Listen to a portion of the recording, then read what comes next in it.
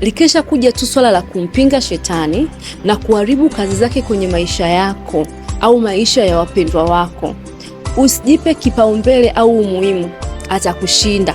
Kuna hii siri ambayo waombaji wote ambao wanaomba kwa kujiamini wanaijua na wanaifanyia kazi. Wanajua kwamba likisha kuja tu swala la kumkemea na kumpinga, it's not about you, haihusiani na wewe, ila inahusiana na nini Yesu amefanya kwenye maisha yako. Ukianza kujipa umuhimu kwamba nafunga sana, naomba sana, mimi sifanyagi dhambi, kwa shetani na kufukuza utoke kwenye maisha yangu, hatotoka na atakushinda. Kuna huu mstari ambao leo nataka tuukiri kwa pamoja. It will change your life. Yani kuna mistari ukiisoma hautobaki the same, utabadilishwa. Shetani atakuogopa.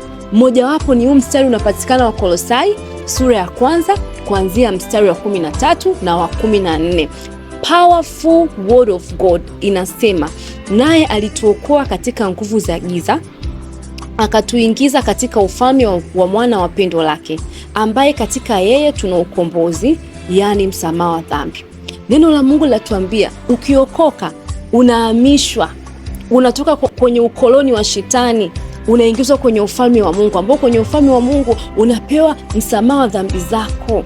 Ndio maana ni muhimu sana kuokoka. Yani ukishaokoka umetolewa kuwa mateka, wewe sio mtumwa wa shetani. Shetani hana mamlaka ya kukufanya kitu chochote, na akikufanya kitu chochote ni kwa sababu hujampinga.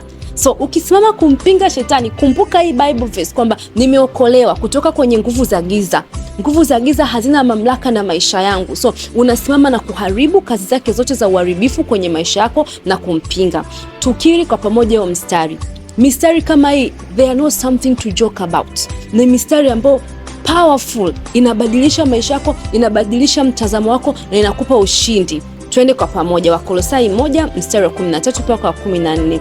Naye alituokoa kutoka katika nguvu za giza, akatuhamisha na kutuingiza katika ufalme wa mwana wa pendo lake, ambaye katika yeye nina msamaha wa dhambi na ukombozi wangu. Amini, kiri, fanyia kazi mstari. Utaanza kuona magonjwa yanakuachia, mapepo yanatoroka, utaanza kuona maisha yako yanajaa nuru. Haleluya.